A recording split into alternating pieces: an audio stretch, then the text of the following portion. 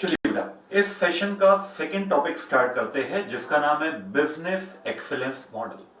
सबसे पहले business excellence model को स्टार्ट करने से पहले आपको यह देखना पड़ेगा, जो जस्ट अभी अपन ने टॉपिक कंप्लीट किया है, टोटल क्वालिटी मैनेजमेंट और बिजनेस एक्सीलेंस मॉडल में क्या डिफरेंस है।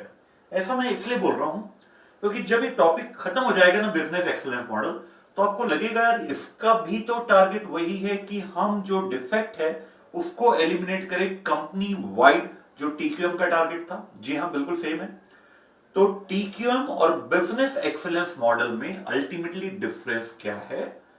टीक्यूएम क्वालिटी सिस्टम और क्वालिटी कल्चर जो अपन ने बात किया था टीक्यूएम में, वो अब एक ओल्ड कंसेप्ट हो चुका है। टीक्यूएम जो अपन बोलेंगे उसी कंसेप्ट को अब ज्यादा क्लियरली डिफाइंड मेथड में जब कन्वर्ट किया गया, तो उसी टीक्यूएम को आज की तारीख में बिजनेस एक्सीलेंस मॉडल बोला जाता है। आज आप देखेंगे बेटा, इन दिस सेंचुरी आपको नहीं मिलेगा, इन दिस डेकेड आपको टीक्यूएम वर्ड ही नहीं मिलेगा कोई भी ऑर्गेनाइजेशन में, क्योंकि टीक्यूएम के द्वारा हम जो अचीव करते थे अब वो ओल्ड टर्मिनोलॉजी हो चुकी है।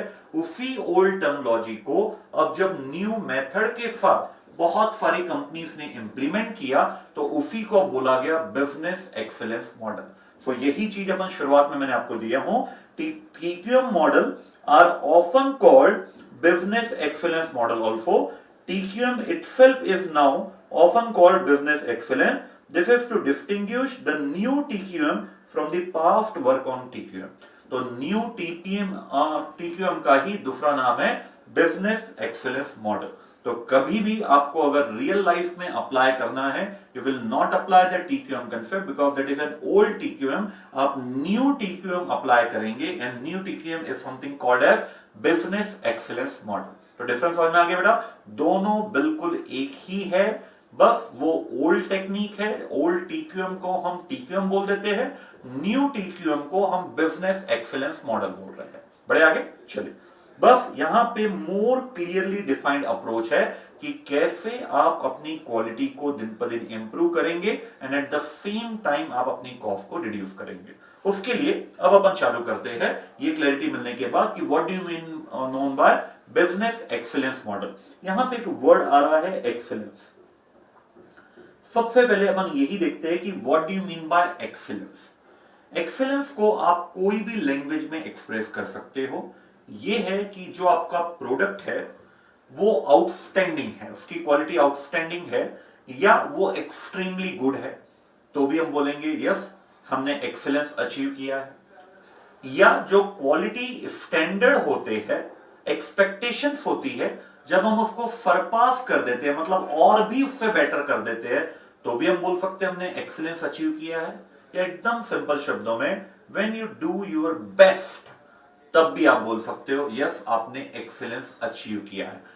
धीरे धीरे किया ना बेटा, ऐसा नहीं हो सकता कि आज जो एक टॉप कंपनी है उसके मुकाबले आप डायरेक्टली वन साइकिल में पहुंच जाए। आप धीरे धीरे प्रोग्रेस कर रहे हो, ये भी हम बोलेंगे कि you are doing your best, you are 100% trying your level best, तब हम बोलेंगे यस आप एक्सीलेंस के डायरेक्शन में जा रहे हो। तो एक्सीलेंस का मतलब है जो भी स्टैंडर्ड एक्सपेक्टेशन है उसको सरपास करना, मीट करना नहीं है। स्टैंडर्ड एक्सपेक्टेशन को अगर आप मीट कर दोगे, उतना ही फुलफिल करोगे, that is not known as excellence. Excellence is something beyond that. जो आप एक्सपेक्ट नहीं कर रहे थे, कस्टमर एक्सपेक्ट नहीं कर रहा था, वो भी जब आप डिलीवर करते हो, then that is known as excellence. ठीक है बेटा? तो पढ़ रहे अपन topic business excellence model. Excellence word का अपन ने भी मीनिंग देखा है। Now coming to the word, what do you mean by business excellence. ध्यान दीजिएगा, आपको तोड़ तोड़ के पढ़ना पड़ेगा। अभी सबसे पहले अपन ने देखा what do you mean bye excellence, सबसे पहले हमने इसको चेक किया। अब टॉपिक का नाम है बिजनेस एक्सीलेंस मॉडल, लेकिन अभी अपन पढ़ रहे हैं what do you mean by business excellence. फिर लास्ट में जाएंगे अपन कि what do you mean by business excellence model. समझ में आया? तो ही क्लैरिटी मिलेगी बेटा। बिजनेस एक्सीलेंस का मतलब क्या? Achieve excellence in everything. ये बहुत ही इंपॉर्टेंट वर्ड है, एवरीथिंग। अचीव, साथ में बोलिएगा, achieve excellence in everything. Excellence का मतलब अपने देख चुका, जो भी स्टैंडर्ड एक्सपेक्टेशन है उसको फुलफिल नहीं, उसको सरपास करना, मतलब उससे आगे और बढ़ जाना, ये होता है एक्सीलेंस। तो एक्सीलेंस आपको कहां पे अचीव करना है? In everything. एवरीथिंग का मतलब सर, चाहे वो लीडरशिप हो, चाहे वो आपका प्रोडक्ट हो, चाहे वो आपके एम्प्लॉइज हो, चाहे वो आपकी सोसाइटी हो, चाहे वो आपका एनवायरमेंट हो, जब हर एरिया में आप अपना एक्सीलेंसी अचीव करते हो ताकि आप बिजनेस रिजल्ट दे पाओ ना, आप सुपीरियर बिजनेस रिजल्ट दे पाओ। वर्ड को ध्यान दीजिएगा बेटा, आप बिजनेस रिजल्ट नहीं, superior business result. Superior business result का मतलब है, सुपीरियर वर्ड का मतलब है जो आपके कॉम्पिटिटर बिजनेस रिजल्ट दे रहे हैं, जब आप उससे बेटर दे पाते, किन किन एरिया में? in every area, whether it's leadership, whether it's product, whether it's service, whether it's employees, whether it's customer, whether it's government, society, environment, everything। तो एक्सेलेंस का मतलब है जब हम अपने स्टैंडर्ड एक्सपेक्टेशन को सरपास कर देते हैं, एक्सीड कर जाते हैं, तो वो एक्सेलेंस होता है। ध्यान दीजिएगा, जब स्टैंडर्ड एक्सपेक्टेशन को आप फुलफिल करते हैं तब वो एक्सेलेंस नहीं है। फुलफिल करने के बाद में और भी आप बेटर कर रहे हो, that is known as excellence.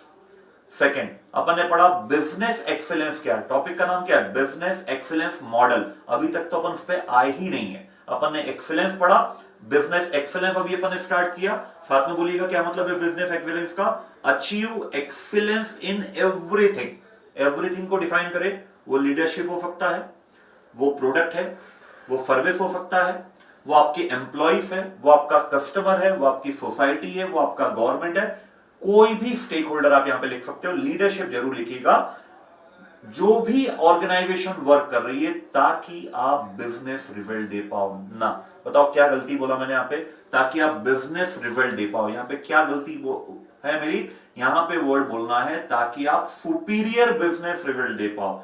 Superior का मतलब है कॉम्पिटिटर के कंपैरिजन में आपने लीडरशिप में एक्सेलेंस अचीव किया, कॉम्पिटिटर के कंपैरिजन में आपने कस्टमर में एक्सेलेंसी अचीव किया, कॉम्पिटिटर के कंपैरिजन में आपने एम्प्लॉइज जो सेटिस्फैक्शन है उसमें एक्सेलेंसी अचीव किया। ये सुपीरियर वर्ड इंडिकेट करता है कि मेरा बिजनेस रिजल्ट मेरे कॉम्पिटिटर को सरपास करना चाहिए, चाहे वो कोई भी एरिया, एवरी एरिया, है ना। इसका ऑब्जेक्टिव क्या है? इसके मल्टीपल ऑब्जेक्टिव्स है। अगर आप ऐसे देखेंगे, सबसे पहला ऑब्जेक्टिव है हमारे बिजनेस एक्सेलेंस का, एफिशिएंसी बढ़ाई जाए, प्रोडक्टिविटी बढ़ाई जाए। मतलब जो रिसोर्सेस है उसको और कैसे हम ऑप्टिमम मैनर पर यूटिलाइज कर पाए, ये पहला ऑब्जेक्टिव। मतलब अल्टीमेटली जब आप बिजनेस एक्सीलेंस मॉडल इंप्लीमेंट कर दोगे तो आपके हाथ में रिजल्ट क्या आएगा? सबसे पहला रिजल्ट, एफिशिएंसी आपकी वर्ल्ड क्लास होगी। वर्ल्ड क्लास वर्ड इसलिए यूज कर रहा हूं क्योंकि अगर वो एक्सपेक्टेशन को फुलफिल कर रही है, that is not excellent. Expectation के से भी आपको सरपास करना पड़ेगा, तो वो कहलाएगा आपके लिए इंक्रीजिंग द एफिशिएंसी। सेकेंड, आपको वेस्ट मिनिमाइज करना पड़ेगा। जैसे जस्ट मैंने आपको इसके पहले वाले टॉपिक टीक्यूएम में बताया था, there is no such concept as normal law. होता ही नहीं है। Every law should be treated as abnormal, तब तो जाके आप दिन पर दिन वेस्ट और भी कम कर पाएंगे। एंड थर्ड, जैसा टीक्यूएम ने फोकस किया था, ये भी कंसेप्ट अपने एम्प्लॉय पर भी फोकस बहुत ज्यादा करता है। एम्प्लॉय लॉयल्टी फोकस करना भी नहीं चाहिए ना ये कंसेप्ट को, क्योंकि न्यू टीक्यूएम को ही तो बिजनेस एक्सेलेंस मॉडल बोला गया है। ठीक है बेटा, तो अभी तक अपन ने क्या पढ़ा, एक बार जल्दी से उसको रिवाइज कर लेते हैं। क्या टीक्यूएम और business excellence model all together different concept है? यस और नो? नो।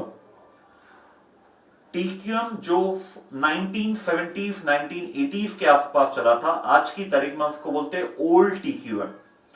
जबकि आज 21st सेंचुरी में जो आपका टीक्यूएम चल रहा है उसको न्यू टीक्यूएम है, उसको अब नाम दे दिया गया बिजनेस एक्सेलेंस मॉडल। मतलब उसी टीक्यूएम को अब क्लियरली डिफाइंड अप्रोच के साथ ड्राफ्ट किया गया, उसको हम बोलेंगे business excellence model. Business excellence model, सबसे पहले हमने वर्ड देखा एक्सेलेंस। जो भी स्टैंडर्ड एक्सपेक्टेशंस है, चाहे वो आपके एम्प्लॉयज की हो, चाहे वो आपके सोसाइटी की हो, चाहे वो गवर्नमेंट की हो, चाहे वो आपके कस्टमर की हो, जब ये स्टैंडर्ड एक्सपेक्टेशन को आप सरपास कर देते हो, उससे आगे बढ़ जाते हो, वो तो डिलीवर किया, उससे और एक्स्ट्रा डिलीवर करते हो, then that is something called as excellence. Clear? Second point, business excellence model. अब अपन आ रहे हैं what do you mean by business excellence. Model पे अभी तक अपन नहीं आया, what do you mean by business excellence. साथ में बोलिएगा achieving excellence in limited area. बताइए कहां गलती है, बिना देखे बेटा, स्क्रीन में नहीं देखना। Achieving excellence in some area, क्या गलती किया मैंने? मैं यहां पे बोलना है मुझे achieving excellence in everything. Everything का मतलब बताइए, कम से कम 4। एवरीथिंग में क्या क्या आएगा? Leadership, product, customer, employees, government, society. आपके मन में जो आए वो लिख सकते हैं। That an organization does, achieve excellence in everything that an organization does to achieve business result, ना superior business result। अब यहां पे हम वापस, जो लीडरशिप है हमारे कॉम्पिटिटर से, क्या उससे हम एक्सीड कर पाए, ये बिजनेस एक्सीलेंस कहलाएगा लीडरशिप एरिया में। जो एम्प्लॉय सेटिस्फेक्शन है, क्या हमारे कॉम्पिटिटर से हम आगे बढ़ पाए, क्या हमारे एम्प्लॉय की एक्सपेक्टेशन को हम सरपास कर पाए, ये हमारे लिए कहलाएगा excellence. Achieving excellence in everything that an organization does to achieve superior business result, this is business excellence. जब आप बिजनेस एक्सीलेंस मॉडल अडॉप्ट कर लोगे तो बेसिकली 3 चीजें आप एक्सपेक्ट करिए। आपकी एफिशिएंसी वर्ल्ड क्लास होना है, आपका वेस्टेज बहुत लेवल तक मिनिमाइज हो चुका है, और आपका एम्प्लॉय लॉयल्टी रहेगा। मतलब एम्प्लॉय ना सिर्फ आपके यहां सेटिस्फाइड है, बल्कि उनका जो टर्नओवर होता है ना, एम्प्लॉय टर्नओवर, एम्प्लॉय छोड़ के दूसरे जगह जा रहे हैं, नए एम्प्लॉय हम रिक्रूट कर रहे हैं क्योंकि उनके प्लेस पर जो प्लेस खाली हुई है, इस टाइप की चीजें फिर आप बिजनेस एक्सीलेंस मॉडल में कभी नहीं मिलेगा। आपके एम्प्लॉयज आपके टुवर्ड्स लॉयल रहेंगे, है ना। चलिए अब आते हैं अपन, इसका इंपॉर्टेंस क्या है, बिजनेस एक्सीलेंस का इंपॉर्टेंस क्या है, ये अपन अब देखते हैं। आज की तारीख में अगर आज से अपन 20-30 इयर्स पहले बात करें तो सिर्फ एक ही स्टेक होल्डर होता था। ध्यान दीजिएगा बेटा, कभी कभी मैं शेयर होल्डर बोलूंगा, कभी मैं स्टेक होल्डर बोलूंगा। Stake holder is a bigger terminology जो शेयर होल्डर को भी इंक्लूड करता है। मैं वापस टर्मिनोलॉजी बोलता हूं, ये टर्मिनोलॉजी बहुत ज्यादा फ्रिक्वेंटली यूज होगी चैप्टर नंबर 8 में, लेकिन यहां पे भी इसका काम है। एक टर्मिनोलॉजी मैं बोलूंगा शेयर होल्डर, दूसरी टर्मिनोलॉजी में बोलूंगा stake holder. Stake holder is a broader terminology, उसमें शेयर होल्डर भी इंक्लूड होता है ना। आज से अगर 20-30 इयर्स में पहले बात करूं तो ऑर्गेनाइजेशन का पूरा फोकस होता था शेयर होल्डर की नीड को फुलफिल करना। शेयर होल्डर क्या चाहता है? शेयर होल्डर चाहता है उससे रेगुलर डिविडेंड मिले, उसका जो वेल्थ है वो मैक्सिमाइज हो, थ्रू ईपीएस बोल दो, थ्रू हायर शेयर प्राइस बोल दो, उसकी वेल्थ मैक्सिमाइज होना चाहिए। कंपनी का मार्केट कैप दिन पर दिन और बढ़ता जाए, ये बेसिक नीड होती है हमारे शेयर होल्डर की। तो आज से 20-30 इयर्स बिफोर सिर्फ हम शेयर होल्डर पर ही फोकस करते थे, शेयर होल्डर पर। लेकिन आज हमें अचीव करना है एक्सीलेंस, क्या वर्ड था? In everything. अब इस एवरीथिंग में अब शेयर होल्डर एक पार्ट हो जाता है स्टेक होल्डर का। अब हमारे पास कई सारे स्टेक होल्डर है जिनकी नीड और एक्सपेक्टेशन को न सिर्फ हमें फुलफिल करना है, हमें उसको सरपास करना है। बार बार रिपीट करने का मतलब समझ रहे हो बेटा कि इतना इंपॉर्टेंट वर्ड है, कभी भी आप ये लिख के नहीं आएंगे मीटिंग द कस्टमर एक्सपेक्टेशन, ना सरपासिंग द कस्टमर एक्सपेक्टेशन। मतलब जो एक्सपेक्ट कर रहा है वो तो बेसिक मिनिमम है, वो तो देना ही देना है आपको उसको। उससे ज्यादा आप जब देते हो तब वो एक्सीलेंस की कैटेगरी में जाता है। तो आज की तारीख में हम सिर्फ शेयर होल्डर को डील नहीं कर सकते। आज की तारीख में हमारे पास वेरियस स्टेक होल्डर है। इस स्टेक होल्डर में हमारा शेयर होल्डर भी है, इस स्टेक होल्डर में हमारे एम्प्लॉइज भी है, इस स्टेक होल्डर में हमारे कस्टमर्स भी है, एंड मोस्ट इंपॉर्टेंटली इस स्टेक होल्डर में हमारी सोसाइटी भी है ना। अब क्या क्या एक्सपेक्ट करता है शेयर होल्डर, क्या एक्सपेक्ट करता है वो तो देख चुके अपन। एम्प्लॉय क्या एक्सपेक्ट करता है आज की तारीख में 21st सेंचुरी में? वो ये एक्सपेक्ट तो करता ही है कि उसे बेटर पे मिले, अच्छी सैलरी मिले। उसके साथ साथ वो एम्प्लॉय ये भी देखता है क्या उसका जो स्किल है वो इस ऑर्गेनाइजेशन में ग्रो हो रही है थ्रू ट्रेनिंग और नॉट। क्योंकि अगर कोई चार्टर्ड अकाउंटेंट ही ले लीजिए ना बेटा, उसने 2022 में अपना अटेम्प्ट क्लियर किया, उसको जॉब लग गया स्टेट बैंक ऑफ इंडिया में, सैलरी अच्छी खासी उस समय मानकर उसको 8 to 9 लाख मिल रही है। अब एक गवर्नमेंट बैंक है वो, अब आज से 5 साल बाद लगभग 2027 में वो दिखता है कि यार 2022 में मेरे पास जो नॉलेज था at the time of clearing the examination, वही नॉलेज मेरे पास 2027 में। तो इन 5 सालों में क्या उसके करियर में कोई ग्रोथ मिली उसको? ग्रोथ मतलब सिर्फ पैसों से नहीं, क्या उसकी स्किल बढ़ी? नहीं बढ़ी। तो अगर 5 साल बाद एसबीआई उसे फायर आउट कर देता है तो क्या उस एम्प्लॉय को जॉब मिलेगा? नहीं मिलेगा, क्योंकि वो आउटडेटेड हो चुका है। 5 सालों में जो भी अपडेशन हुए उसके फील्ड में, उसमें तो उसको ट्रेनिंग ही नहीं मिली है।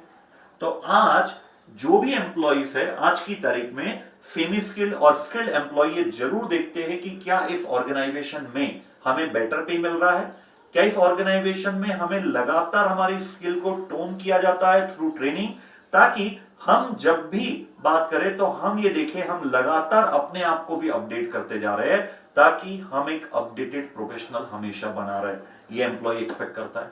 कस्टमर तो बेचारा सीधा साधा, वो तो सालों से एक ही चीज एक्सपेक्ट करता है, बेटर क्वालिटी मिल जाए कम प्राइस पर।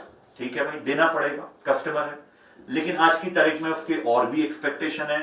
उसकी एक्सपेक्टेशन ये होती है कि फास्टेस्ट डिलीवरी। जैसे जब भी कोई भी स्टूडेंट हमें ऑर्डर करता है हमारी बैच का, हम वेबसाइट पे लिखते हैं 5 to 7 डेज कोरियर होगा, लेकिन उसकी एक्सपेक्टेशन इंटरनली क्या होती है, यार आज ऑर्डर किया ना तो 1-2 दिन में मिल जाए तो मजा आ जाए। तो यही होता है बेटा, एक्सपेक्टेशन उसने पढ़ लिया कि 5 to 7 डेज में उसे मिलेगा, लेकिन वो एक्सपेक्टेशन को हम सरपास कर दे, उसको उसका कोरियर अगर हम विद इन 2-3 डे दे दे तो हम बोलेंगे यस, हमने जो हमारा एक स्टेक होल्डर था उसकी एक्सपेक्टेशन को सरपास किया है ना। फिर सोसाइटी आपसे क्या एक्सपेक्ट करती है, क्योंकि बहुत सारे ऐसे रिसोर्सेस है। एयर पॉल्यूशन आप देते हो सोसाइटी को, जो वाटर ले रहे हो अल्टीमेटली सोसाइटी का है ना। तो जो आपके आसपास बंदे काम कर रहे हैं आपके ऑर्गेनाइजेशन में, वो भी सोसाइटी का एक पार्ट है। तो सोसाइटी आपसे एक्सपेक्ट करती है कि जो भी आप अपना बिजनेस ऑपरेशन कंडक्ट करते हो वो एथिकल मैनर पर करे आप, और एनवायरमेंट को प्रोटेक्ट करके चले। ये सोसाइटी आपसे एक्सपेक्ट करती है। इवन जो कोविड सिचुएशन थी उसमें आपसे एक्सपेक्ट करती है सोसाइटी कि आप अगर प्रॉफिट कमा रहे हो तो आप एक अच्छा खासा पोर्शन इस कोविड सिचुएशन में दीजिए, चाहे वो पीएम केयर फंड में दो, चाहे कोई हॉस्पिटल्स में आप ऑक्सीजन प्लांट लगाओ, कुछ भी लगाओ। आपने देखा भी था बेटा कुछ समय पहले ये चीज सोशल मीडिया में कितना हुआ कि इन्होंने तो कुछ भी नहीं किया, लाखों रुपए कमा रहे। क्रिकेटर इतना कमाते लेकिन कुछ भी नहीं किया। जो फॉरेन प्लेयर थे बल्कि आईपीएल के, उन्होंने कंट्रीब्यूशन स्टार्ट किया, तो फिर विराट कोहली ने चालू किया था डोनेशन, तो पहले कोई आगे ही नहीं आ रहा था इसमें। तो ये बहुत इंपॉर्टेंट है कि आज की तारीख में सिर्फ आपको अपने शेयर होल्डर को नीड को फुलफिल नहीं करना है, at the same time employees, customer and society की नीड को भी फुलफिल करना है। तो देखिए जो चैलेंजिंग टास्क है वो आपका बहुत बढ़ चुका है। सिर्फ आप एक साइड पर फोकस करेंगे ना तो आप बिजनेस एक्सेलेंस अचीव नहीं कर पाएंगे। इसलिए वहां पे टर्मिनोलॉजी थी achieving excellence that an organization does. ये नहीं था achieving excellence in everything that an organization does था। हर एक एरिया की, हर एक स्टेक होल्डर की नीड को आपको फुलफिल करना नहीं है, उसकी नीड को आपको सरपास करना, उसकी एक्सपेक्टेशन को फुलफिल करने के बाद उसको और जो एक्स्ट्रा आप दे रहे हो वो कहलाएगा एक्सेलेंस आपके लिए। तो देखिए ना बेटा कितना जल्दी टेक्नोलॉजी वगैरह चेंज हो रही है। पहले लैंडलाइन फोन थे, वो अब आउटडेटेड हो चुके हैं। लगभग मुझे नहीं लगता मोर देन 95% हाउस होल्ड में आज की तारीख में लैंडलाइन फोन नहीं, जबकि पहले सब जगह होता था। आज से 20 ईयर्स पहले बात करें तो अपन, उसके बदले मोबाइल फोन आ गए। मोबाइल फोन में आप देख लीजिए, जब मोबाइल फोन इनिशियली लॉन्च हुआ था इन इंडिया, अगर अपन बात करें 2000 के आसपास, ईयर 2000 के आसपास, वहां पे फिर वो टेलीकम्युनिकेशन पर्पस के लिए काम आता था, इनकमिंग आउटगोइंग। उसके बाद आज आप देखिए ना बेटा, उसी मोबाइल के द्वारा आप बैंकिंग करते हो, नेट बैंकिंग, ई बैंकिंग करते हो। उसी मोबाइल के द्वारा आप ई वेबसाइट, ई कॉमर्स के ट्रांजैक्शन करते हो। तो अब बहुत ज्यादा उसमें चेंज आ चुका है। तो कहने का मतलब जो चेंज है ना वो थ्रिलिंग भी है, तो कंपनी के लिए चैलेंजिंग भी है। इस सिचुएशन में मल्टीपल स्टेक होल्डर की जो एक्सपेक्टेशन को सरपास करना है, टेक्नोलॉजिकल चेंजेस आ रहे हैं उससे कोप अप करना है। आप देखिए कितनी जल्दी टेक्नोलॉजी आउटडेटेड हो जाती है। एआई आपने सुना है, आर्टिफिशियल इंटेलिजेंस, बहुत जल्दी ये पूरा सिस्टम बदल देगा जैसा अपन आज सोचते हैं, जो प्रोडक्ट अपन यूज करते हैं। तो इस चैलेंजिंग एनवायरनमेंट में जब हर स्टेक होल्डर की एक्सपेक्टेशन को आपको सरपास करना है, तो आपको एक ऐसा मॉडल चाहिए जिसकी सोच ही ये है कि हमें एक लिमिटेड एरिया पे फोकस नहीं करना है, हमें हर वो एरिया, एवरीथिंग जो एक ऑर्गेनाइजेशन हमारी कर रही है उसमें हमें एक्सीलेंस अचीव करना है ताकि हम सुपीरियर बिजनेस रिजल्ट दे पाए। क्लियर हुआ बेटा? तो अभी तक अपन ने पढ़ा टीक्यूएम और बिजनेस एक्सीलेंस मॉडल में क्या डिफरेंस है। सेकेंड अपन ने पढ़ा what do you mean bye excellence. Third हमने पढ़ा बिजनेस एक्सीलेंस का मतलब क्या है। फोर्थ हमने पढ़ा बिजनेस एक्सीलेंस का ऑब्जेक्टिव क्या है। 3 ऑब्जेक्टिव, एफिशिएंसी को बढ़ाना, वेस्ट कम करना और एम्प्लॉय लॉयल्टी। जस्ट अभी अपन ने कंप्लीट किया है इंपॉर्टेंस क्या है बिजनेस एक्सीलेंस मॉडल का। ठीक है बेटा? अब अपन फाइनली आते हैं कि जो ये अपना टॉपिक का नाम क्या था, बिजनेस एक्सीलेंस मॉडल। अभी तक तो अपन ने इसको पढ़ा ही नहीं, what do you mean by business excellence model. अब देखते हैं जो टॉप परफॉर्मिंग ऑर्गेनाइजेशन है पूरे वर्ल्ड में, उन्होंने अपनी ऑर्गेनाइजेशन को जीरो से कैसे टॉप लेवल पे पहुंचाया। इसको बहुत सारे लोगों ने स्टडी किया और उसमें कॉमन चीजें ढूंढा कि यार ये कंपनी ने टॉप परफॉर्मेंस दिया है वर्ल्ड वाइड, इनमें कैसे इन्होंने अचीव किया, उनके प्रिंसिपल गैदर किया।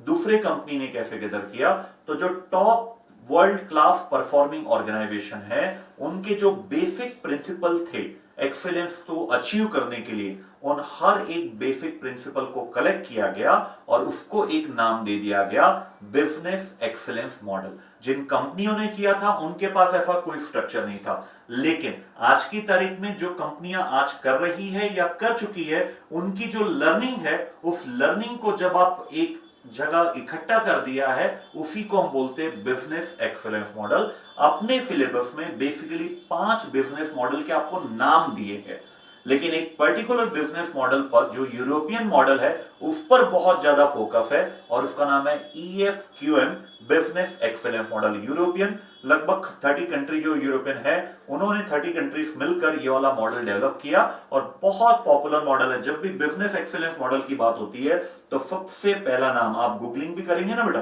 बिजनेस एक्सीलेंस मॉडल लिखेगा, हर आर्टिकल में आपको ये वाला मॉडल जरूर मिलेगा, EFQM बिजनेस एक्सीलेंस मॉडल। इसके ऊपर एक क्वेश्चन पूछ भी चुका है, if I am not wrong, November 2019 में 10 मार्क्स का क्वेश्चन इसके ऊपर पूछा जा चुका है बिजनेस एक्सीलेंस मॉडल के ऊपर। तो एक्सीलेंस समझ गया, बिजनेस एक्सीलेंस समझ गए। बिजनेस एक्सीलेंस मॉडल का मतलब जो कंसिडरेबल रिसर्च हुई है किन पर, how high performing organization have achieved their success, उनका जो क्रक्स है उसको जब एक आपने एक साथ लिखा तो उसको नाम दे दिया गया बिजनेस मॉडल। अब ये आपके पास रेडीमेड चीज है, ये बोला गया कि अगर ये आप ऐसा ऐसा कर लोगे तो आपको भी आप अपनी ऑर्गेनाइजेशन में एक्सीलेंस अचीव कर लोगे in everything that your organization does, है ना। आइए बेटा इसमें there has been considerable research undertaken on how high performing organizations have achieved their success. Several business excellence model exist worldwide. Her model में definitely कुछ ना कुछ चेंज होगा, लेकिन मोर और लेस वो रिमार्केबली सिमिलर है। अपने को सिर्फ 5 मॉडल याद रखना, ये नाम याद रखना पड़ेगा बेटा, आपको रटना पड़ेगा, इसमें कोई चॉइस नहीं आपके पास। सबसे पहला मॉडल है EFQM business model, European model है जो सबसे ज्यादा सक्सेसफुल है पूरे वर्ल्ड वाइड। इसने जो कंसेप्ट बताया वो अधिकतर ऑर्गेनाइजेशन अप्लाई करती है। सेकंड है बेल्ड्रिच क्राइटेरिया फॉर परफॉर्मेंस एक्सीलेंस, थोड़ा सा रटना पड़ेगा बेटा क्योंकि जो क्वेश्चन पूछा जा चुका है उसमें ये भी पूछा था name the models available in the popular model available in the world, तो ये नाम ही आपको लिखना पड़ेगा। फिर Singapore business excellence framework, Japan quality award model. तो लगभग आप देखेंगे इंडिया में भी आप देखेंगे तो टाटा का भी अपना क्या है, एक बिजनेस एक्सीलेंस मॉडल है, लेकिन उसके बारे में अपन यहाँ पे डिस्कशन नहीं करेंगे क्योंकि सिलेबस का पार्ट नहीं है। लेकिन कभी आपको देखना हो तो टाटा ने भी अपना एक बिजनेस एक्सीलेंस मॉडल बनाया है, वो मॉडल भी बहुत सारी इंडियन कंपनीज यूज करती है। तो ये सब चीजें, लेकिन अपने को एग्जामिनेशन के पर्पस के लिए ये 5 मॉडल ही याद रखना है। एंड लास्ट है business Australian business excellence framework. सबसे ज्यादा जो कवरेज है इन मॉडल का वर्ल्ड वाइड भी और आपके सिलेबस में भी, वो है EFQM business excellence model. Let's start that one. तो EFQM एक्सीलेंस मॉडल के बारे में बोला गया, यह प्रैक्टिकल मॉडल है ना। प्रैक्टिकल मतलब ऐसा इसमें कुछ भी नहीं बताया गया है जो थ्योरेटिकल इन नेचर है, मतलब जो भी यहां पे आपको गाइडलाइंस दी गई है वो लोगों ने उसको अप्लाई किया है और अपनी ऑर्गेनाइजेशन में उन्होंने एक्सीलेंस अचीव किया है। Practical, non prescriptive tool, prescription मतलब एक सेट ऑफ रूल्स बना के दे दिया कि ऐसा ऐसा ही करना तो ही आप एक्सीलेंस अचीव कर पाओगे ना। प्रेस्क्रिप्टिव टूल नहीं है, नॉन प्रेस्क्रिप्टिव टूल है। कोई सेट ऑफ रूल्स नहीं है, आपको कुछ प्रिंसिपल्स बताए गए हैं, उन प्रिंसिपल के ऊपर आप अपने रूल्स बनाइए। हमने कुछ भी नहीं बताया। It is a practical non prescriptive tool. क्या करता है? दैट इनेबल ऑर्गेनाइजेशन, अब बहुत इंपॉर्टेंट, दैट इनेबल ऑर्गेनाइजेशन, बहुत important, to understand the cause and effect relationship. Cause and effect relationship. What an organization does, what an organization achieves. Cause, what an organization does. Effect, what an organization achieves. Hindi में कहावत है ना बेटा, जैसी करनी वैसी भरनी, बस वही है cause and effect relationship। तो इन्होंने आगे हमें कुछ बताया है, उसको इनेबलर्स बोला गया है कि ये इन एरिया पर आप वर्क करते हो, व्हाट एन ऑर्गेनाइजेशन डज, तो इसका सीधा आउटकम आपको मिलता है आपके रिजल्ट पर, जिसको इफेक्ट बोला गया व्हाट एन ऑर्गेनाइजेशन अचीव्स, है ना। व्हाट देयर ऑर्गेनाइजेशन डज, और आगे लिखा भी है बेटा, and what the result it achieve. तो एक प्रैक्टिकल मॉडल है जो बहुत सारे लोगों ने अप्लाई करा है, आज भी कर रहे हैं, आज भी वो एक्सीलेंस अचीव कर रहे हैं in everything. Non prescriptive tool है, कोई सेट ऑफ रूल्स नहीं बताए गए, सिंपल ये मॉडल बेस्ड है। व्हाट एन ऑर्गेनाइजेशन डज उसको बोला गया है यहां पे कॉज, टेक्निकल भाषा में enablers. What an organization achieve उसको बोला गया उस कॉज का इफेक्ट, है ना, उसको बोला जाएगा यहां पे रिजल्ट। ठीक है बेटा, चलिए। तो ये जो मॉडल है इसके 3 इंटीग्रेटेड कंपोनेंट है। पहला कंपोनेंट का नाम है फंडामेंटल कंसेप्ट ऑफ एक्सीलेंस। यहां पे आपको लगभग 8 प्रिंसिपल्स बताए गए हैं, क्वालिटीज बताई गई है उन ऑर्गेनाइजेशन की। इन ऑर्गेनाइजेशन ने इन एरिया पर वर्क किया है, मतलब जो फाउंडेशन आप बोल सकते हो, इस फाउंडेशन के आधार पर इसको बिल्डअप करके फिर आप एक्सीलेंस के टुवर्ड्स जा सकते हो। इसको बोला गया फंडामेंटल कंसेप्ट ऑफ एक्सीलेंस। फिर एक्सीलेंस मॉडल, अब ये पर्टिकुलरली मॉडल है, ये आपको बताता है कि ऐसे कौन कौन से इनेबलर्स है, साथ में बोलेंगे टेक्निकल वर्ड, क्या बोला, इनेबलर्स है, जो जिस पर वर्क करके आप अपना रिजल्ट डिसाइड करोगे। रिजल्ट मतलब what an organization achieves, enablers मतलब व्हाट एन ऑर्गेनाइजेशन डज। एक बार बोलिए बेटा अपने मन से, मैंने क्या बोला, इनेबलर्स की डेफिनेशन क्या बोला, एक बार बोलिए साथ में, बहुत जरूरी है आपके द्वारा पार्टिसिपेट करना। इनेबलर्स मतलब व्हाट एन ऑर्गेनाइजेशन डज, क्या कर रहे हैं आप। रिजल्ट मतलब व्हाट एन ऑर्गेनाइजेशन अचीव्स, तो result is the outcome of enablers. ये आपको बताएगा एक्सीलेंस मॉडल, इसका सेकेंड पार्ट। थर्ड पार्ट है इस EFQM मॉडल का रडार लॉजिक, है ना। यहां पे आपको एक सिस्टम दिया गया है कि आप प्लान करते हो, फिर उसको डिप्लॉय करोगे, फिर उसको अचीव करोगे, फिर वो रिजल्ट आपको मिलेगा, वो एक रडार लॉजिक दिया गया है। समझ में आया बेटा। तो बिजनेस एक्सीलेंस मॉडल की पहले तो डेफिनेशन बता दीजिए। It's a practical non prescriptive tool that enable organization to understand, simple सी डेफिनेशन है, अंडरस्टैंड करना, क्या अंडरस्टैंड करना, effect and cause relationship, that is what an organization does and what it achieves, simple. ठीक है। फिर इसके 3 कंपोनेंट्स है। पहला कंपोनेंट का नाम fundamental concept of excellence, second component का नाम एक्सीलेंस मॉडल, जिसमें 2 टर्मिनोलॉजी यूज होगी, इनेबलर्स और दूसरा क्या था भूल गया मैं, इनेबलर्स और रिजल्ट, वेरी गुड, और थर्ड है रडार लॉजिक। ठीक है बेटा। तो सबसे पहले अपन बात करते हैं फंडामेंटल कंसेप्ट ऑफ एक्सीलेंस। ये बेसिक प्रिंसिपल है, फाउंडेशन बोल सकते हैं अपन। इन फाउंडेशन के बिना आप इमेजिन भी नहीं कर सकते हो एक्सीलेंस को अचीव करने के लिए। फिर बस आप एक एवरेज कंपनी बन के रह जाओगे वर्ल्ड में। इनका कहना है, जिन्होंने भी मॉडल डिराइव किया, अगर आपको एक्सीलेंस अचीव करना है in everything, world class organization बनना है, तो आपके पास ये कुछ 8 फंडामेंटल बेस होने चाहिए। नहीं है तो डेवलप करो, नहीं है तो डेवलप करो। सबसे पहला adding value to customer. TQM भी कस्टमर सेंट्रिक था, ये भी स्टार्ट कस्टमर से हुआ। एडिंग वैल्यू टू कस्टमर, अपने कस्टमर की एक्सपेक्टेशन को जानो, एंटिसिपेट करो उनकी नीड। कुछ चीजें होती है जो कस्टमर आपको नहीं बोलता है, लेकिन आप एंटिसिपेट करते हो कि ये चीजें कस्टमर को पसंद आएगी। एंटिसिपेट देयर नीड और उनकी एक्सपेक्टेशन को फुलफिल करने के लिए पूरी अपॉर्चुनिटीज यूज कर दो।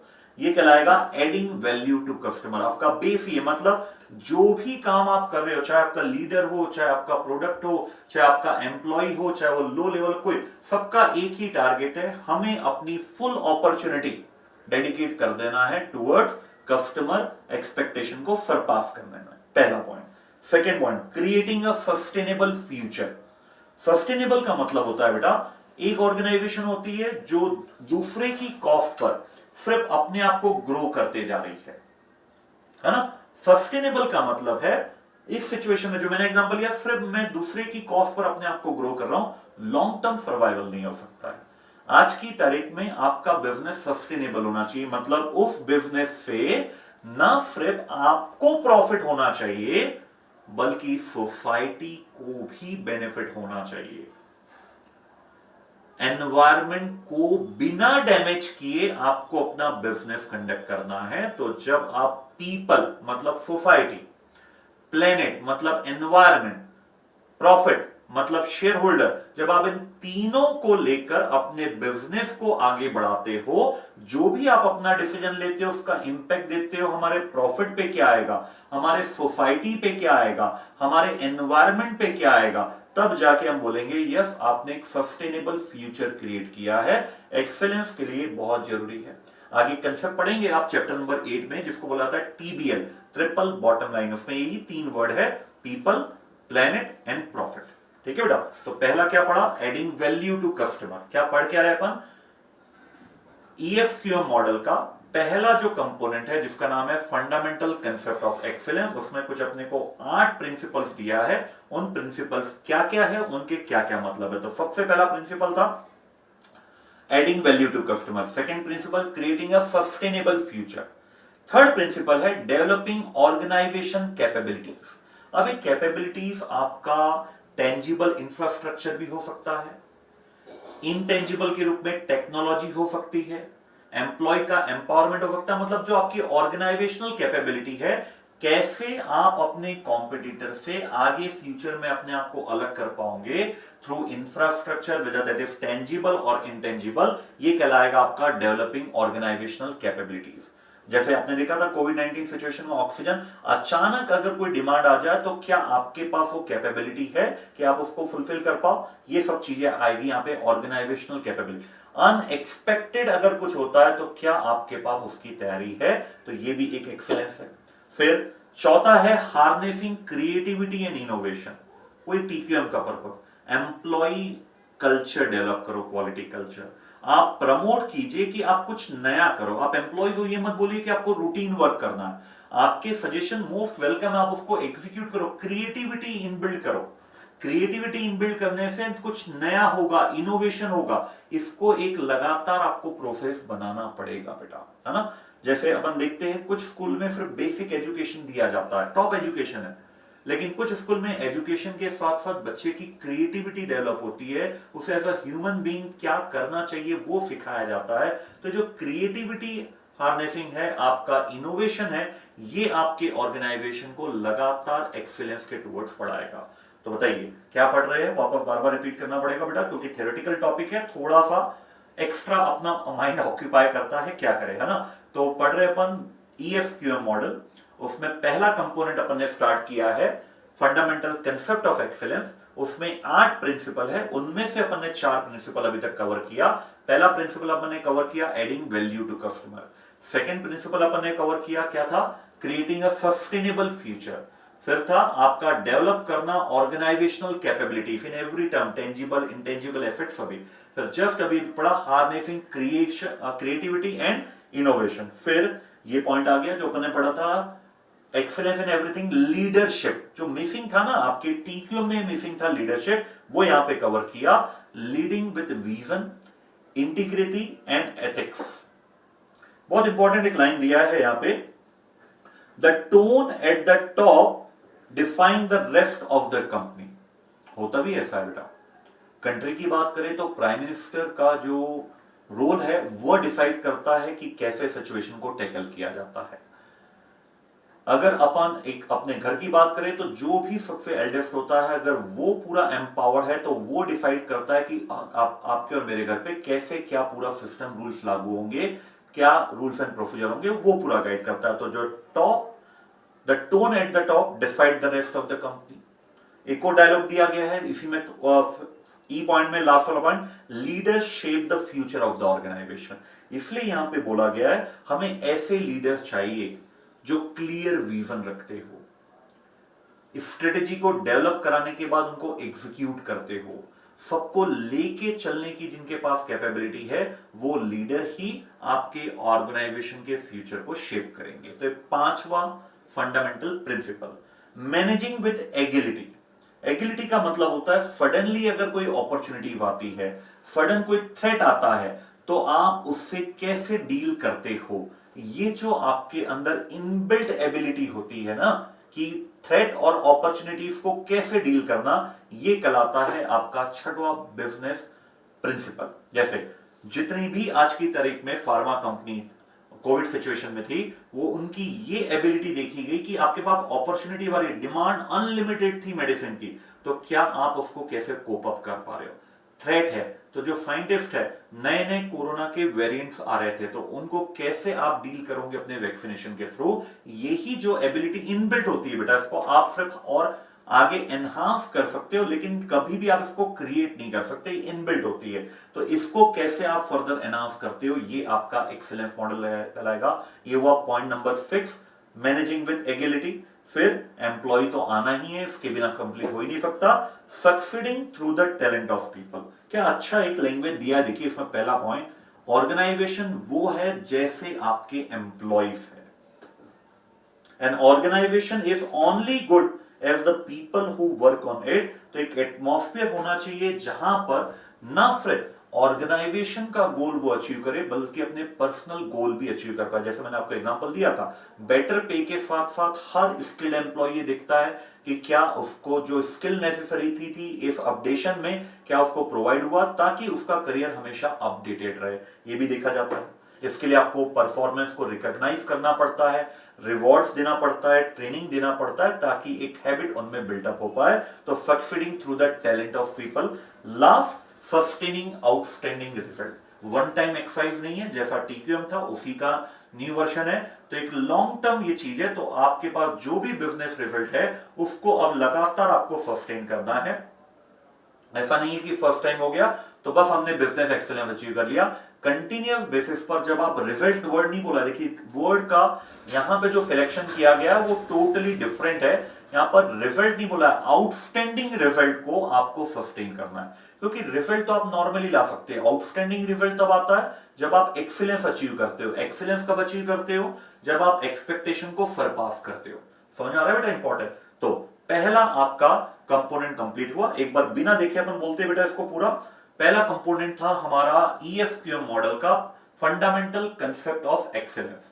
फंडामेंटल कंसेप्ट ऑफ एक्सेलेंस में टोटल 8 पॉइंट्स थे, है ना। इन टोटल 8 पॉइंट्स में से आगे पीछे बिल्कुल चलेगा, कोई दिक्कत नहीं है। सबसे पहला था एडिंग वैल्यू टू कस्टमर। जानिए आप अपने कस्टमर को, उनकी नीड को एंटिसिपेट कीजिए और पूरी अपॉर्चुनिटी यूटिलाइज कर लीजिए उनकी एक्सपेक्टेशन को सरपास करने के लिए।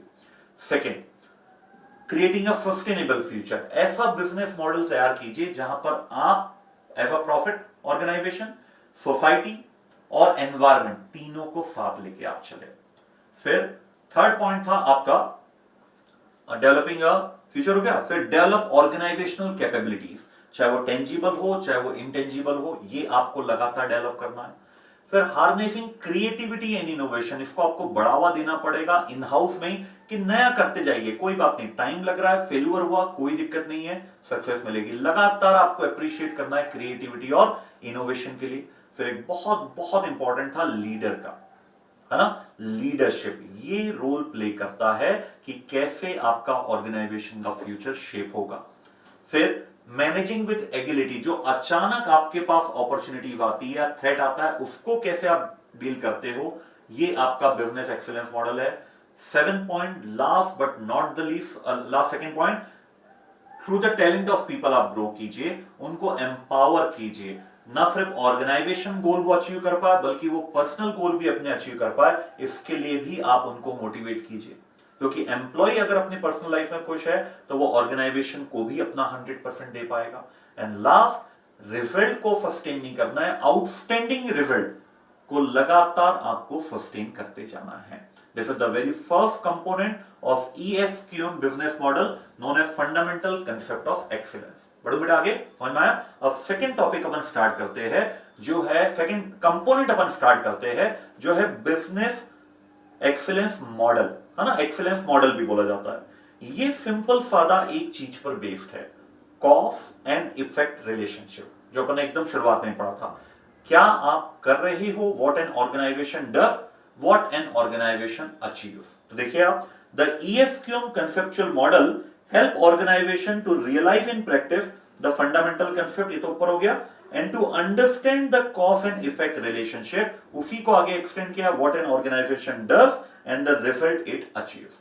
तो इसको टोटल ये EFQM एक्सीलेंस मॉडल क्राइटेरिया को अब हम दो पार्ट में बाइफरकेट कर रहे हैं, इनेबलर्स और रिजल्ट। इनेबलर्स का मतलब होगा what an organization does, result का मतलब होगा व्हाट एन ऑर्गेनाइजेशन अचीव्स। वापस से साथ में बोले बेटा, जो ये excellence model criteria second component है आपके EFQM मॉडल का, ये कितने पार्ट में बाइफरकेट हो रहा है, दो पार्ट में बाइफरकेट हो रहा है। पहले का नाम बोले, नोट्स नहीं दिखना है बेटा आपको, है ना, एक मिनट रुकिए, बोलिए कितने पार्ट में बाइफरकेट हो रहा है, दो पार्ट में। पहला पार्ट है इसका इनेबलर्स, इनेबलर्स का मतलब what an organization does, result का मतलब व्हाट एन ऑर्गेनाइजेशन अचीव्स। कौन किसके ऊपर डिपेंडेंट है, क्या लगता है आपको, इनेबलर्स के ऊपर रिजल्ट डिपेंडेंट है या रिजल्ट के ऊपर इनेबलर डिपेंडेंट है? इनेबलर्स के ऊपर रिजल्ट डिपेंडेंट है, आपने क्या किया उसके आधार पर आपका रिजल्ट आएगा। तो इनेबलर टोटल 5 है और रिजल्ट आपके 4 है। तो उनमें से पहला आपका इनेबलर्स है लीडर, ये ऑलरेडी अपन ने पढ़ चुके हैं, leadership. A leader defines the organizational culture. They enables the organization to achieve its goal by taking the correct decision, आगे बहुत important point, at the correct time। उनके पास sufficient skill होना चाहिए, यहां पे अब रिक्वायरमेंट बता रहा है, वो कंपनी के कोड ऑफ कंडक्ट के अकॉर्डिंगली वर्क कर पाए, वो अपने डीलिंग में एथिकल हो पाए। ये जो लीडरशिप क्वालिटी है ये हमें चाहिए इनेबलर्स में, क्योंकि अगर हमारे लीडर्स के पास ये क्वालिटी है कि वो सफिशिएंट स्किल है उनके पास पूरे ऑर्गेनाइजेशन को कैरी करने की, वो जो कोड ऑफ कंडक्ट बताया गया उसके अकॉर्डिंगली ऑपरेट करते हैं, वो एथिकल होते हैं अपने डीलिंग में, तो डेफिनेटली ये हमारा पहला इनेबलर्स है। मतलब ये हमारा पहला इनेबलर डिसाइड करेगा हमारा रिजल्ट, है ना। Second, strategy.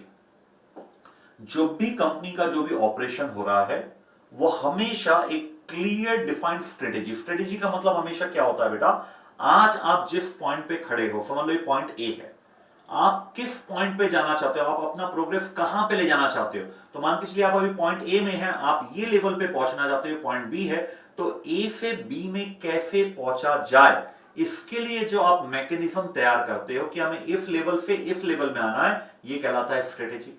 जैसे किसी स्टूडेंट्स को मान के चलिए बाय चांस जो उसने पहला अटेम्प्ट दिया नहीं क्लियर हो पाया फॉर एनी रीजन, तो उसने देखा यार इस सब्जेक्ट में मुझे 50 मार्क्स है आज के, जबकि अगर मुझे ये ग्रुप क्लियर करना है तो मुझे सब्जेक्ट में 65 मार्क्स चाहिए, तो आज वो है 50 मार्क्स में 65 मार्क्स चाहिए, तो अब वो अपने लिए प्लान करता है कि अरे 15 मार्क्स एक्स्ट्रा अर्न करने के लिए along with the basic 50 marks अब मुझे कैसे क्या पढ़ना पड़ेगा, मुझे कितने रिवीजन लेना है, क्या मुझे टेस्ट सीरीज अपीयर होना है, कैसे क्या मैं ये करूं ताकि मैं अपना गोल 50 से 65 मार्क्स में अचीव कर पाऊं, दिस स्ट्रेटेजी। तो कंपनी की जो स्ट्रेटेजी है वो कैसे हम अचीव करा पाते हैं अपने एम्प्लॉय वगैरह से, ये कहलाएगा हमारे लिए सेकंड इनेबलर्स। क्योंकि अगर स्ट्रेटेजी प्रॉपरली प्लान आपकी नहीं है और एग्जीक्यूट नहीं है तो सिर्फ पेपर में स्ट्रेटेजी होने से कुछ नहीं होगा, उसके एग्जीक्यूशन इक्वली इंपॉर्टेंट है। तो पहला इनेबलर्स हमने देखा लीडरशिप, उसके जो क्वालिटीज है वही हमारे ऑर्गेनाइजेशन के फ्यूचर को शेप करता है।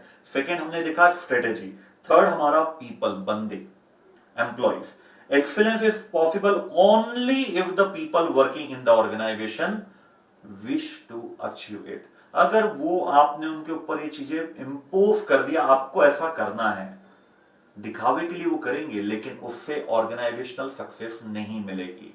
तो एम्प्लॉय को एम्पावर करने की जो टेक्निक है उसमें कहीं ना कहीं रोल हमारे लीडर्स का भी होता है कि कैसे वो मोटिवेट करते हैं। जैसे जब धोनी कैप्टन था ना तो हमेशा ये चर्चा होती थी कैसे वो कूल रहता है, दूसरे प्लेयर्स को भी मोटिवेट करता है इन टफ सिचुएशन। इजी सिचुएशन में तो प्लेयर ऑलरेडी मोटिवेटेड है कि हम जीत रहे हैं, लीडर का मेन रोल होता है जब आपके अगेंस्ट में सिचुएशन जा रही है उस सिचुएशन में आप कैसे अपने एम्प्लॉय को कैसे अपने टीम मेंबर को मोटिवेट करते हो कि नहीं अभी भी हमने मैच नहीं खोया है, अभी भी हम जीत सकते हैं। और आपने कई बार देखा है मिरेकल्स होते हैं थ्रू टीम वर्क, तो गिव अप वाला एटीट्यूड वहां से हटाना पड़ेगा, एक कल्चर इनहेबिट करना पड़ेगा। They must be motivated, recognize, manage to enable them to work towards the company common vision and mission. ठीक है, फिर है पार्टनरशिप एंड रिसोर्सेस, ये भी बहुत इंपॉर्टेंट है। दो चीजें बेटा यहाँ पे ना, चौथा इनेबलर्स जो है ऑल टुगेदर डिफरेंट चीजें, पार्टनरशिप एंड रिसोर्सेस।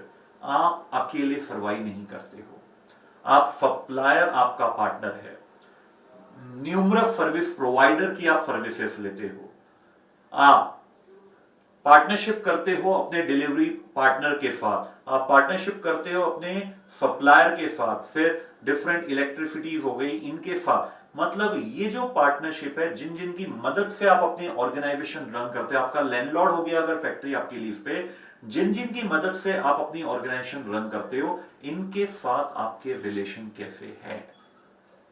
ये क्यों इंपॉर्टेंट है बेटा, एक फंडामेंटल प्रिंसिपल पढ़ा था आपने, मैनेजिंग विद एगिलिटी। अचानक अगर अपॉर्चुनिटीज आती है और ये जो आपके बिजनेस पार्टनर्स है, सप्लायर हो गया, आपका सर्विस प्रोवाइडर हो गया, डिलीवरी पार्टनर हो गया, जिसके थ्रू आप अपना प्रोडक्ट डिलीवर करते हो, ये अगर आपके साथ नहीं रहेंगे ना उस सिचुएशन में, तो आप वो अपॉर्चुनिटीज को एक्सप्लॉइट ही नहीं कर पाओगे।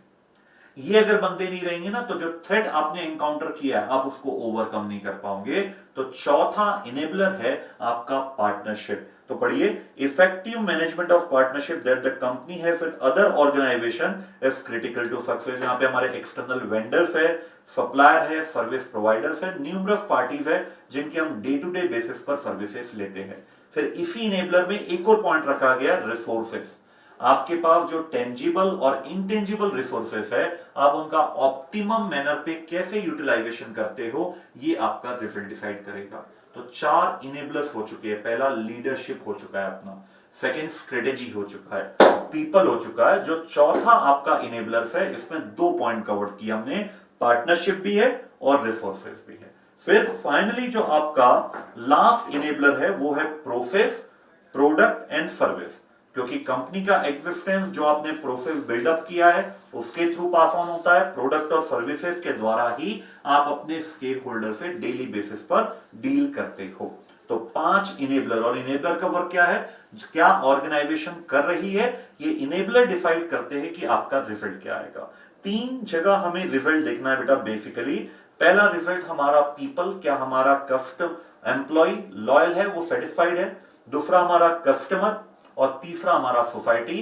इन तीनों पर अगर पॉजिटिव इंपैक्ट आया, कौन कौन बोला मैंने, एम्प्लॉय, कस्टमर, सोसाइटी, अगर इन तीनों पर आपका पॉजिटिव रिजल्ट आया, तो जो आपका बिजनेस रिजल्ट है, जो चौथा आपका रिजल्ट में आता है, वो डेफिनेटली पॉजिटिव आएगा। इसलिए आप देखिए बेटा, ये जो डायग्राम बनाया ना, पहले पीपल एम्प्लॉय रखा, फिर उसके नीचे कस्टमर, मतलब आगे पीछे कर सकते हो आप, कस्टमर, सोसाइटी, और इन तीनों का इंपैक्ट आपके पड़ता है बिजनेस रिजल्ट पर। इसलिए बिजनेस रिजल्ट के लिए वहां पे डेफिनेशन में क्या लिखा था, सुपीरियर बिजनेस रिजल्ट तब आप अचीव कर पाते हो जब पीपल रिजल्ट फेवरेबल हो, जब कस्टमर रिजल्ट फेवरेबल हो, जब सोसाइटी रिजल्ट आपके लिए फेवरेबल हो। तो 5 इनेबलर्स है और 4 रिजल्ट है, और अल्टीमेटली जो बिजनेस रिजल्ट है वो डिपेंडेंट है आपके पीपल, कस्टमर और सोसाइटी। देखिए, रटना तो है बेटा चीजें, लेकिन आप लॉजिकली रटोगे ना तो बहुत सिंपल है। 3 लोगों के लिए आप बेसिकली वर्क कर रहे हो, अपने एम्प्लॉइज, अपने कस्टमर और अपनी सोसाइटी। तो एक बार पढ़ लेते हैं इंस्टीट्यूट ने क्या क्या यहाँ पे टेक्निकल लैंग्वेज दिया है इनके लिए,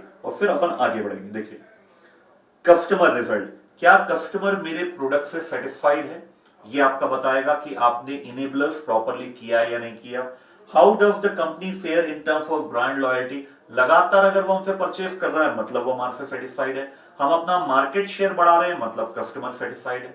फिर इसी प्रकार से कुछ क्वेश्चन, ये जो क्वेश्चन है जनरलाइज्ड है बेटा, आप अपनी लैंग्वेज में इसको बिल्कुल लिख सकते हैं। पीपल रिजल्ट, क्या जो एम्प्लॉइज हमारे पास है वो स्किल्ड है, और इंपॉर्टेंटली क्या वो मोटिवेटेड है। फिर एम्प्लॉय टर्नओवर इंडिकेट करेगा कि एम्प्लॉय का सेटिस्फेक्शन लेवल किस लेवल तक है। जब भी हमें टैलेंट की जरूरत पड़ती है, हमारा क्या मैकेनिज्म उन्हें हायर करने का, तो एम्प्लॉय रिजल्ट, पीपल रिजल्ट और फाइनली सोसाइटी रिजल्ट, ये डिसाइड करेगा आपका बिजनेस रिजल्ट। ठीक है बेटा।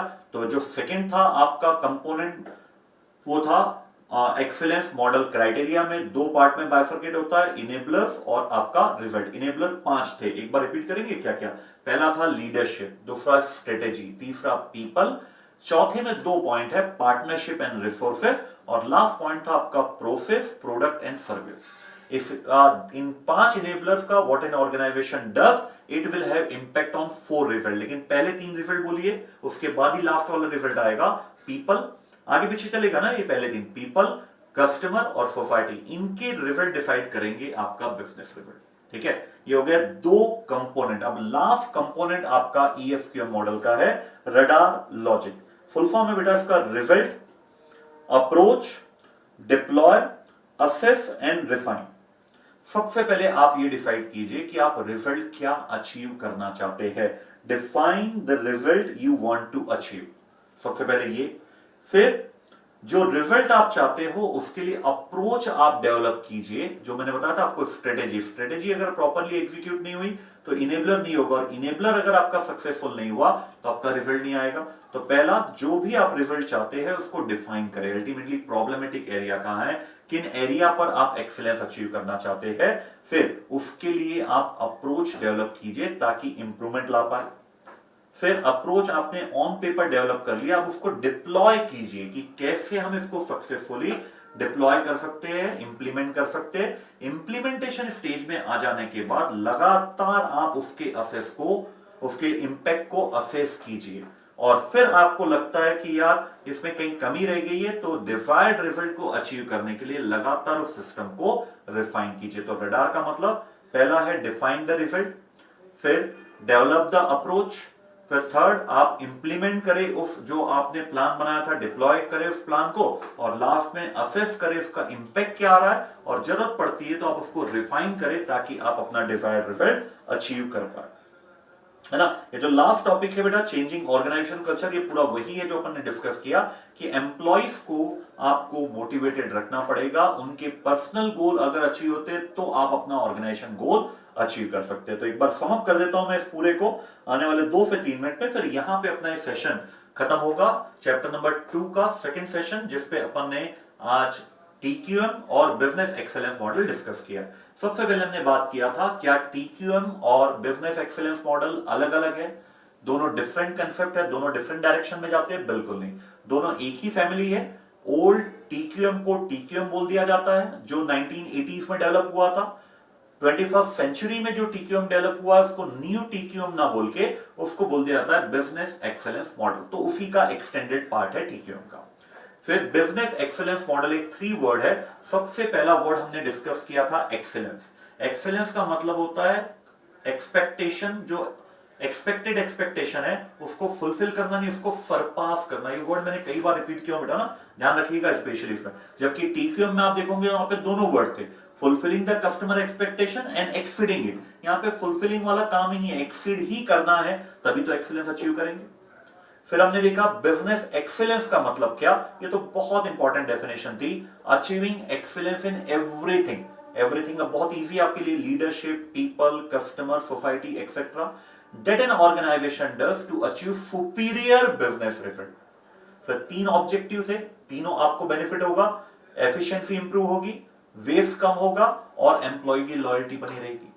फिर क्यों जरूरत है बिजनेस एक्सीलेंस मॉडल की, हमने देखा था अलग अलग stakeholder, shareholder, employee, society, आपके कस्टमर, हर की नीड अलग अलग है। फिर मोबाइल फोन का एग्जांपल लिया था, लैंडलाइन फोन को रिप्लेस कर दिया, फिर मोबाइल फोन टेलीकम्युनिकेशन का मैंने, मतलब जो टेक्नोलॉजी चेंज हो रही है, जो चेंज आ रहे हैं मार्केट में, वो थ्रिलिंग भी है लेकिन चैलेंजिंग भी है। इन सब एरिया में, सभी एरिया में करना पड़ेगा। सिलेक्टेड एरिया पे आप एक्सीलेंस अचीव नहीं करेंगे, सभी एरिया पे आपको अगर एक्सीलेंस अचीव करना है तो एक बहुत वेल डिफाइंड आपको मॉडल चाहिए। तो इसलिए हमें बिजनेस एक्सीलेंस मॉडल की जरूरत पड़ती है। फिर अब फाइनली अपन आए थे कि एक्सीलेंस आपने पढ़ लिया, बिजनेस एक्सीलेंस आपका कंप्लीट हो चुका है। अब what do you mean by business excellence model? तो हमने देखा कि जो वर्ल्ड की टॉप क्लास परफॉर्मिंग ऑर्गेनाइजेशन है उन्होंने कैसे एक्सेलेंस अचीव किया, उसको जब एक स्टैंडर्डाइज फॉर्मेट में हमने ड्राफ्ट कर दिया तो उसी को बोल दिया गया मॉडल्स। जनरली हर कंट्री के, हर एरिया के अपने बिजनेस एक्सेलेंस मॉडल है, लेकिन अपने सिलेबस में बेसिकली 5 है और वही याद रखना है। सबसे फेमस EFQM बिजनेस मॉडल, फिर ब्रैडरिच था, फिर सिंगापुर BE मॉडल था, फिर आपका ऑस्ट्रेलियन था, और एक और था जापान अवार्ड वाला था। तो ऐसे 5 मॉडल थे। अब EFQM मॉडल में जब अपन आए तो इसकी डेफिनेशन क्या, इसकी डेफिनेशन में कुछ कीवर्ड्स थे। पहला, सबसे पहले बोला गया प्रैक्टिकल मॉडल है। दूसरा बोला गया नॉन प्रेस्क्रिप्टिव है, मतलब कोई सेट ऑफ रूल्स नहीं बताए गए यहां पे, है ना। नॉन प्रेस्क्रिप्टिव टूल्स है जो एक ऑर्गेनाइजेशन को इनेबल करता है। सबसे इंपॉर्टेंट वर्ड इस डेफिनेशन का, जब एक कॉज और इफेक्ट रिलेशनशिप एस्टेब्लिश करता है, कॉज एंड इफेक्ट रिलेशनशिप। फिर इसके टोटल 3 कंपोनेंट्स है। पहला कंपोनेंट्स है फंडामेंटल कंसेप्ट ऑफ एक्सीलेंस, दूसरा है एक्सीलेंस मॉडल क्राइटेरिया, थर्ड है radar logic. Fundamental concept of excellence जो है ये हमें बताता है कि एक एक्सीलेंस को अचीव करने के लिए, बिजनेस में एक्सीलेंस को अचीव करने के लिए हमारे पास क्या क्या फंडामेंटल्स होने चाहिए।